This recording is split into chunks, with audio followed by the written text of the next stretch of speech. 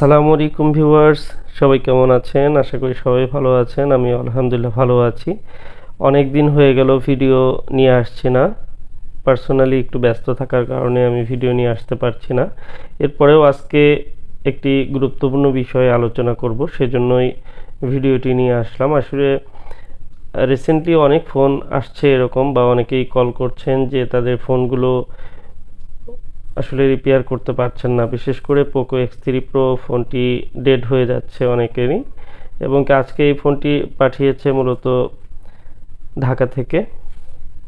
আর এই ফোনটি ঢাকাতেই রিপেয়ার করা হয়েছিল।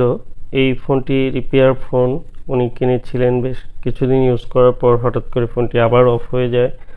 তো আজকে এই ফোনটি দেখব যে আসলে কী ধরনের কাজ হয়েছে বা আদৌ কাজ হয়েছে কিনা। তো আমি দেখতে পাচ্ছি, দেখুন স্ক্রু এখানে দুটি ওয়ারেন্টি স্টিকারের যে স্ক্রু একসাথে লাগানো। এর মানে হচ্ছে একটি স্ক্রু নিচে থাকে, যেটি লজিক বোর্ডের উপরে যে অংশটি এখানে থাকে। তো এই ফোনটি এর আগে কাজ করা হয়েছিল এটি নিশ্চিত, এবং কি ফোনটি ইউজ করছিলেন বেশ ভালোভাবেই, হঠাৎ করেই কিন্তু আবার অফ হয়ে যায়। তো বারবার রিপেয়ার করার পরেও অনেকের এই ফোনগুলো অফ হচ্ছে। তো আমি দীর্ঘদিন যাবৎ, যেহেতু আমি শত শত phone Poco X3 Pro repair করেছি, এবং আলহামদুলিল্লাহ আমি যখন থেকে বলেছি যে 99% ফোন আমার কাছে রিপেয়ার হচ্ছে, তারপর থেকে ফোনগুলো কিন্তু সত্যিকার অর্থেই কেউ ফিরে যাচ্ছেন না। যে ফোনগুলো আর কি ইনটেক থাকে, যে ফোনগুলো ইতিপূর্বে কাজ হয়নি, সেই ফোনগুলো কিন্তু সবই এখন ঠিক হচ্ছে ইনশাল্লাহ। তো আজকের এই ফোনটি অ্যাকচুয়ালি ডেড কন্ডিশনে আছে। দেখতে পাচ্ছি আমি এটি অনলি 4 রিডিং। আসলে এটি সিপিইউ থেকেই ডেড হওয়ার সম্ভাবনা বেশি, এবং কি যথেষ্ট পরিমাণ কাজ করা হয়েছে ফোনটিতে। সিপিইউ রিবোলিং করা হয়েছে, আর সিপিইউর স্টিলের যে কাটিং, সেটি দেখেই মনে হচ্ছে যে এটি সিপিইউ রিবোলিং করা হয়েছে। তো আমি আপনাদেরকে মাইক্রোস্কোপে নিয়ে দেখাবো। তো কাজ আসলে অনেকেই করছেন এই ফোনগুলো, কিন্তু প্রসেসর রিবোলিংয়ের যে কাজগুলো, সেই কাজগুলো একটু এক্সট্রা হয়ে থাকে অন্যরকম। এটি বারবার বোঝানোর পরেও অনেকেই ভুল করছেন। দেখুন, এই প্রসেসরটি রিবোলিং করা হয়েছে এবং এর পাশে অনেক সোল্ডারিং বল লেগে আছে, যেটি এই ফোনটি দ্বিতীয়বার ডেড হওয়ার জন্য যথেষ্ট।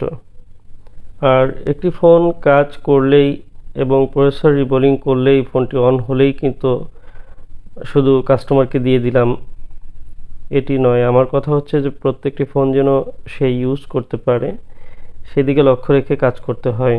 এই ফোনটির আশেপাশে, প্রসেসরের আশেপাশে পর্যাপ্ত পেস্ট লেগে আছে, এবং কি প্রচুর ময়লা। মনে হচ্ছে যে এটি আসলে কাজের যে কোয়ালিটি, সেটি আপনারা বুঝতে পারবেন কাজটি দেখে। তো একটি প্রসেসর রিবোলিংয়ের সময় আমরা যে ধরনের ইকুইপমেন্টস এবং বিভিন্ন ধরনের লিকুইড ব্যবহার করে থাকি, যে কেমিক্যালগুলো ইউজ করে থাকি, সেগুলো সম্পূর্ণ ক্লিন করে সুন্দরভাবে, যেগুলো ক্ষতিকর সেগুলো কিন্তু পরিষ্কার করে দিতে হয়। বিশেষ করে এই শোল্ডারিং পেস্ট বা রিবোলিং যে পেস্ট, এই পেস্টগুলো কিন্তু কোথাও লেগে থাকলে সেই জায়গা থেকে শর্ট হয়ে যেতে পারে এবং ফোনটি দ্বিতীয়বার ডেড হতে পারে। তো আমি প্রথমে র্যামটি রিমুভ করে নিলাম এবং প্রসেসরটিও রিমুভ করব। এরপর দেখব ফোনটি আসলে রিবোলিং করে আবার সলভ হয় কিনা, অন হয় কিনা ফোনটি। হ্যাঁ, দেখতে পাচ্ছি প্রসেসরটি রিমুভ করলাম। এই প্রসেসরের নিচের যে লালচে একটি অংশ দেখতে পাচ্ছেন, লালচে অংশটি মূলত এটি ক্লিন করতে গিয়ে অতিরিক্ত ঘর্ষণের ফলে যে উপরের লেয়ার থাকে, সেই লেয়ারটি কিন্তু মনে হচ্ছে যে অনেকটাই উঠে গেছে, যে কারণে এটি লালচে অংশটি বেরিয়ে গেছে। এতে কোনো সমস্যা নেই, কিন্তু আসলে একটি কাজের, যখন কাজটি হচ্ছে স্কিলফুল যারা, তারা যখন কাজগুলো করেন, সেক্ষেত্রে মাদারবোর্ড এবং আইসির উভয়টির ক্ষতি হওয়ার সম্ভাবনা কিন্তু অনেক কম থাকে। আর এই কাজটির মধ্যে পুরোটাই আসলে দক্ষতার বিষয়।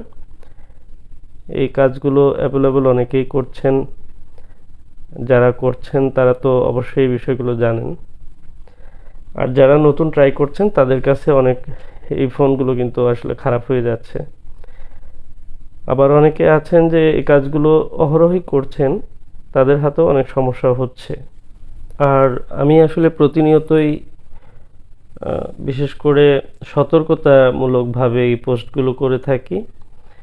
তো এই পোস্টগুলো দীর্ঘদিন যাবৎ করছি। অনেকে আছেন যারা আমার ভিডিও 3 থেকে 4 মাস যাবৎ দেখছেন, এরপরেও কিন্তু অনেকে এই ফোনগুলো এমন জায়গায় দেখিয়েছেন যেন তার ফোনটি ঠিক হয়, আসলে ভালো জায়গাতেই ট্রাই করেছেন, এরপরেও কিন্তু ফোনগুলো ঠিক হয়নি এবং কি খারাপ হয়ে গেছে এরকম। উদাহরণস্বরূপ আমার এক সাবস্ক্রাইবার বা ভিউয়ার্স, উনি বরিশাল থেকে ওনার ফোনটি আমার কাছে পাঠিয়েছেন, কিন্তু ওনার ফোনটি আমাকে দেখানোর আগে যে কারো পরামর্শে এবং কি ওনার গার্ডিয়ানের পরামর্শে ফোনটি ওনাদের বরিশাল শহরে ভালো একটি শপে দেখান। তো ফোনটি রিপেয়ার করার চেষ্টা করে ব্যর্থ হয়, এরপর আমার কাছে পাঠান।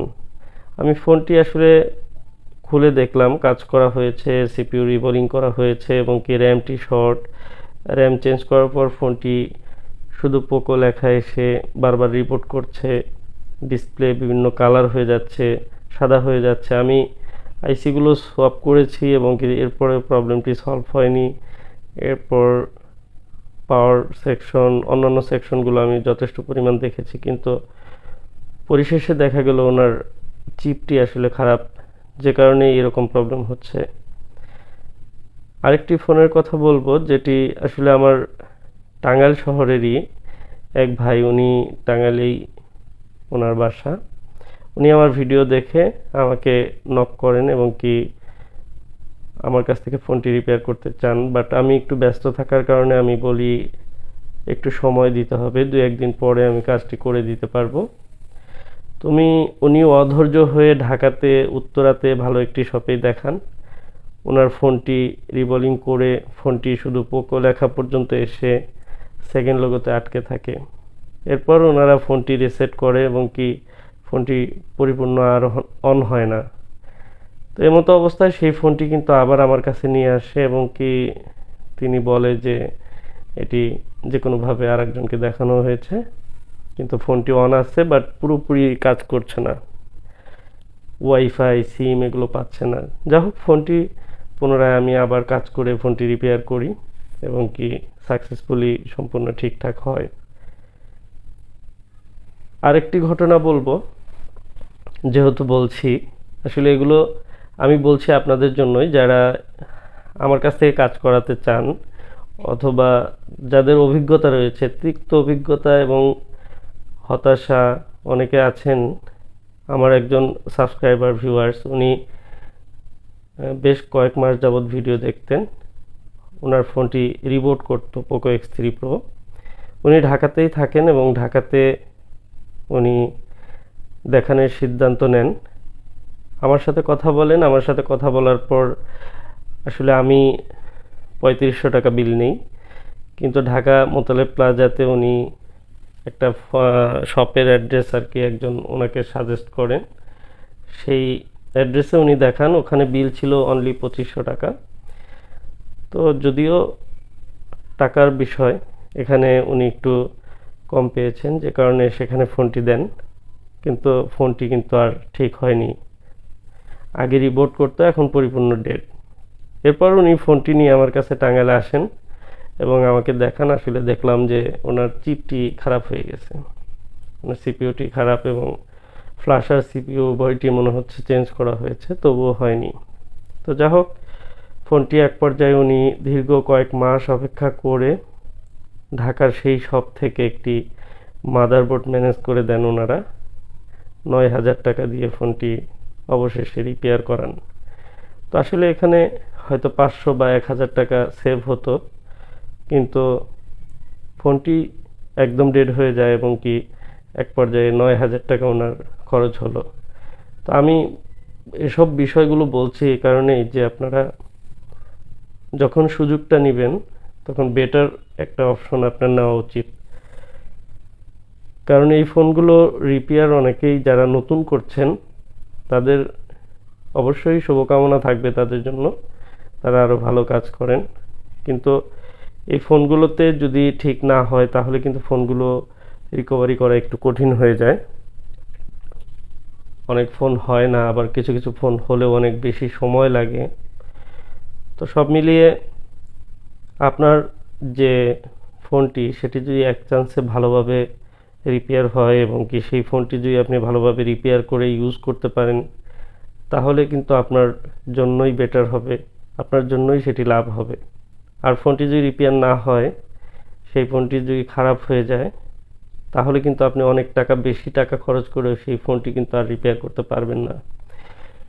যেমন রিসেন্টলি আমি রংপুরের একটি ফোন, আমার উনিও আমার সাবস্ক্রাইবার ভিউয়ার্স, উনি দীর্ঘদিন আমার ভিডিও দেখছেন, ওনার ফোনটি কাস্টমার কেয়ারে দেখান এবং সিপিইউ রিবোলিংয়ের পর ফোনটি আর অন হয় না, ডেড হয়ে যায়। তো ওনার আইসিগুলো ভালো ছিল কিন্তু পিসিবি বোর্ডটি খারাপ ছিল। তো আমি ঢাকা থেকে আমার একজন ভাই আছেন, ওনার কাছ থেকে আমি পিসিবি বোর্ড ম্যানেজ করে তারপর ওনাকে ফোনটা আমি রানিং করে দিলাম। যদিও এখানে অনেক খরচ হয়ে গেল, কিন্তু দেখুন ফোনটি কিন্তু খরচটি কিন্তু হতো না যদি ফার্স্ট টাইম আমাকে দেখাতো অথবা এরকম কাউকে দেখাতো যার সাকসেস রেট অনেক বেশি।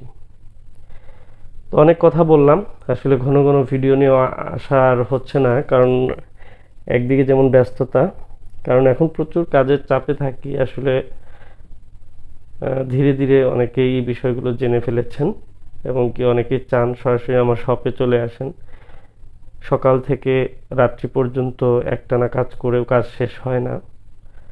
তো এই জন্য আমি চাই যে প্রথমত যখন ফ্রেশ একটি সেট আসে অল্প সময়ের ভিতরে সুন্দর সুষ্ঠুভাবে ফোনটি কিন্তু রিপেয়ার করে আমি আপনার হাতে তুলে দিতে পারবো। সেটি আপনি যেভাবেই সার্ভিস নেন না কেন, সেটি কুরিয়ারের মধ্যে নিতে পারেন, কুরিয়ারের মাধ্যমে, অথবা সরাসরি আমার শপে আসতে পারেন। কিন্তু কথা একটাই, ফোনটি ফ্রেশ থাকতে হবে। ঘাটাঘাটি করে কাজ করার পর সেই ফোনটিকে রিপেয়ার করে সম্পূর্ণ করা অনেক কঠিন হয়ে যায়, অনেক ফোন হয় না। তো যে জন্যই আজকে এই ফোনটি দেখুন আমি ক্লিন করে দেব যতটা সম্ভব এবং খুব নিখুঁতভাবে আমি কিন্তু রিবোলিং সম্পন্ন করলাম।